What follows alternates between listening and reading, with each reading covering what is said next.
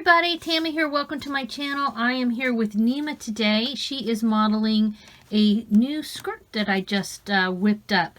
It is a skirt that has a waistband and one snap in the back. It's pretty basic. I had already made some elastic waist skirts for these 1/4 scale dolls, but I didn't really like how bulky they were around the waist. And I wanted to be able to kind of streamline it a little bit, but also still allow them to be able to tuck in a top. So there's a little bit of room in here. Now, Neema has the same body as Ellowyne Wilde and also Prudence and possibly some other dolls that I'm not aware of. I did also try this skirt on my minifee. It was kind of loose around the waist on her because her waist is a little bit smaller than Neema and Ellowyne Wilde. But I think this is a pattern that you can adjust for different size dolls, just making the waist bigger or smaller as necessary. Also, so the skirt ends up about mid-thigh on these dolls. And, you know, just FYI, if you're not familiar with these dolls, they're about 16 inches tall. All right, 1/4 scale, like I said. So you can make the skirt longer or shorter if you wanted to as well. I'm going to show you how I make this super simple skirt. It takes some basic stitching.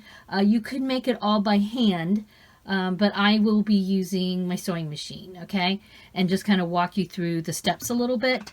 But yeah, so like I said, that's the finished product. All right. So I'm using fabric. This is cotton fabric, 100% cotton fabric. I've already pre-washed it, ironed it, and cut it. And the size that you need, you're going to need 2 pieces. This is the band, and this is the skirt part. So the skirt part is 13 inches this way by 4.5 inches. And the band is 7 inches. Let's smooth this down here. 7 inches long by 1.25 inches wide.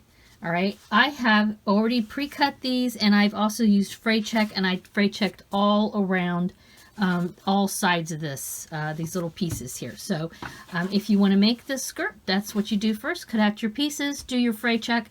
If you don't want to use fray check and you don't mind your fabric fraying a little bit, that's just an extra step I like to do. You could also zigzag the edges as well. Once your fray check has dried, you're ready for the next step. And let me just warn you, because make sure you check about the orientation of the print on your fabric. Here is a skirt I made. It turned out so cute, but if you look closely, you'll see that it's upside down. It's supposed to be like this. These are Christmas ornaments on here. And yeah, they're upside down because I goofed up. Okay. So here's another skirt off the doll, just so you can see close up, because otherwise it worked out pretty well. This was a prototype, so it's not perfect, but generally you can get an idea of what the skirt looks like off the doll. And yeah, so at this point it's really important to make sure that you pay attention to the orientation of your fabric. Not so much with the band, but definitely the skirt part, okay? All right, so the next thing you're going to do, and this is how I am making the skirt. If I'm sure there's people out there who have other techniques that could still accomplish the same task at the end. So I just wanted to put that little disclaimer out there. So I'm going to hem the bottom of the skirt, but before I do this, I'm going to fold over the edge a little bit, about 1/4 inch, maybe a little bit more. And I'm just going to press it a little bit. I'm going to do that all the way down, and then I'm going to put in some pins. Not everybody has to pin stuff, but I recommend at least putting in a few. So I'm going to fold that over, press it down, and just do a straight stitch on my sewing machine. As far as the band goes, since I have the iron hot, I'm going to go ahead and fold over about 1/4 inch on each edge, the side parts, with both ends here. If that makes any sense. Fold it over and press it. Do that on that end, flip-de-doo-dah. Do it on the other end. Flip-de-doo-dah. Okay, so let me finish this, hem this on my machine, and come back. All right, so I'm back. I did my hem. Just FYI, so like I said, I folded this over about a quarter of an inch, but it's really more like 3/8 of an inch. And just a little sewing tip, if you sew a lot for dolls and your machine has a 1/4 inch pedal foot, you know, or a foot for your machine, those are super duper handy because the foot is already a 1/4 of an inch. So because I wanted to use that, I just made sure this was a smidgy more than a 1/4 of an inch, and then I just zipped down here straight all the way down. So I've got it hemmed. The next thing I'm going to do is make the stitches on my machine wider, the stitch length wider, and do 1 gathering stitch all the way down. Some people will tell you to always do 2, but honestly, I'm lazy. 1 works fine, so I'm going to do that. I'm going to, like I said, make my stitches wider. If you're going to hand do it, you just make big wide stitches all the way down. Make sure you have long strings on the end so you can gather them up. I'll do that and be right back. All right, now I have my gathering stitch. I'm going to take one of the threads on one end and pull on it. If you already know how to do gathering, you know, you can probably fast forward through here a little bit. I'm assuming I'm making this for somebody who is a beginner or novice seamstress, sewer, sew person, whatever you want to call them these days. Your miles may vary. So I'm pulling on both sides here. I should also comment that, and I was talking about this in some comments on a recent video of mine. It is really handy to have the doll that you are sewing for in your collection to test the sizing on, because even though I'm going to show you how to do this, it just sometimes things don't work out, and it's just nice to be in the process, occasionally take a doll and try out what you're making on the doll before you finish it at the end.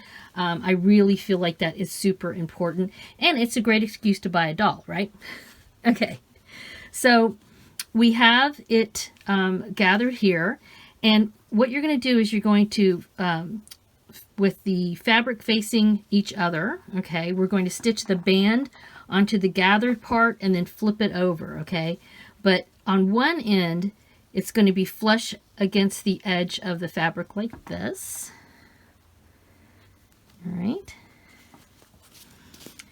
And then on the other end, we're going to leave a little extra hanging over, and that will make more sense later on.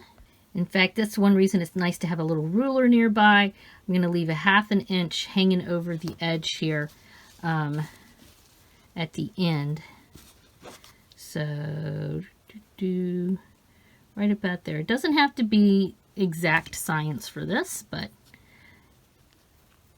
usually for sewing, the more exact you are, the better your finished product is going to be. Right, now I'm going to flip it over because it's a little easier for me to work with it like this.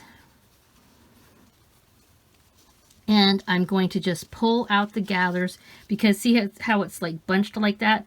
I want the gathers to be flat, the gathered part to meet up against the band and be as evenly spaced as possible. So that takes a little bit of time, and rather than watch paint dry and watch me do it, I'm going to stop here, finish it off camera, and come back and show you before I stitch it. All right, woo, that's probably the longest part of the whole process is trying to get this evenly distributed here as far as the gathers go. And so, like I said, one end is going to be flush with, one end of the band is flush with the end of the skirt as much as possible. I need to fix that a little bit, but yeah, so one end is flush with the skirt. Let me fix that while you're watching here. And then the other end of the band is going to hang off about a 1/2 inch on the end. All right. And again, you're going to make sure that the fabrics are facing each other. And now I'm going to go onto my machine, and I'm going to stitch right over the gathered part, regular stitch length, okay? Right over the gathered part, which is going to be a 1/4 inch. Again, really handy that I have my 1/4 inch foot on my machine, but if you just follow the seam that you already did for the gathering, you're good to go. So I'm going to do that and come right back. All right, I'm done stitching it. You can see again, I got that little piece hanging out. That is going to be, here I can show you, you know, this is going to be the band that goes over where you have the snap. So you need that little extra there.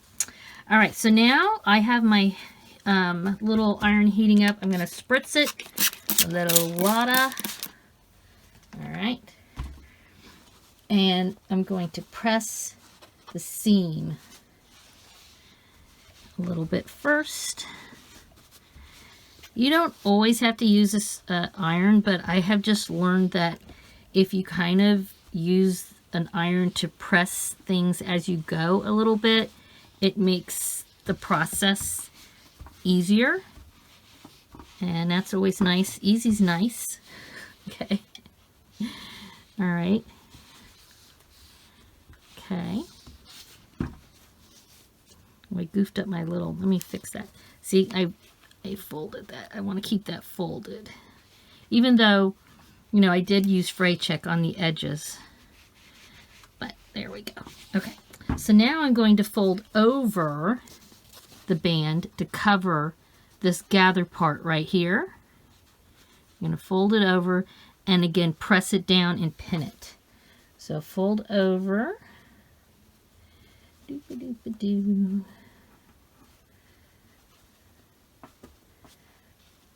It's a little fiddly, but let's take a minute.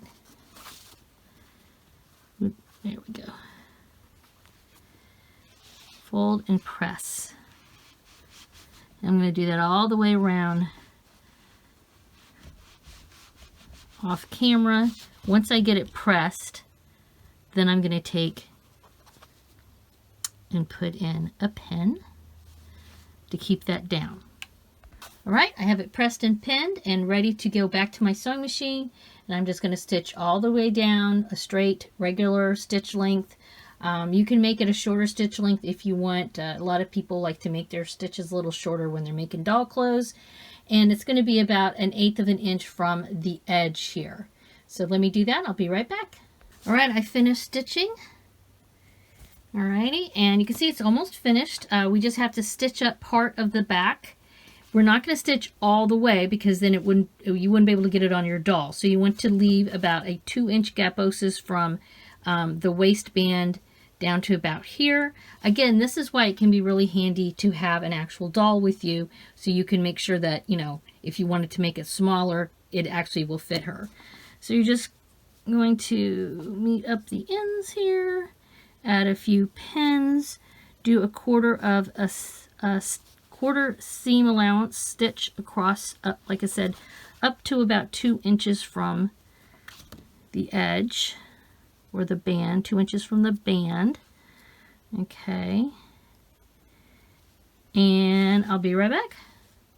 All right, so I stitched it up and I am going to spritz it with a little water. This is the seam the seam here. I'm just folding it out, spritzing it with a little bit of water. And then I'm going to take a iron and press it down. This will help a little bit with the finished, you know, skirt. And then the next thing, once you've pressed this all down, I'm going to have to add a snap, and I just add one snap, and you can see how it crosses over. Here, let me flip it real quick. I still need to finish pressing, but when you add the snap. Look at that, look how cute. Okay. When you add the snap, basically this is where you're going to be adding the snap. One side here and one side here. Bing-a-da-bang. And I will say I made this a little loose for the dolls because that way you can add a skirt or a top and tuck it in. For example, I have this adorable top that I got from Virtual Doll Convention, Rachel Hoffman. And I think this is what I'm going to team this up with. So I want to make sure that there's plenty of room to tuck in the top into the skirt. So yeah, let me finish pressing open the seam, add a little snap, and then I will show you this with this on a dolly.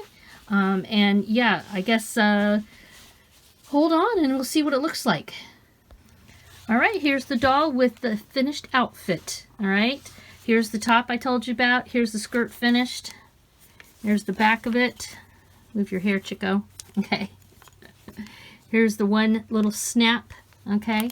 And yeah, I'm very happy with how this turned out. I'm still kind of tweaking the technique a little bit, but generally I think it is good enough to show you guys. And if you have any questions, go ahead and either pop them in the comments down below, or you can directly message me.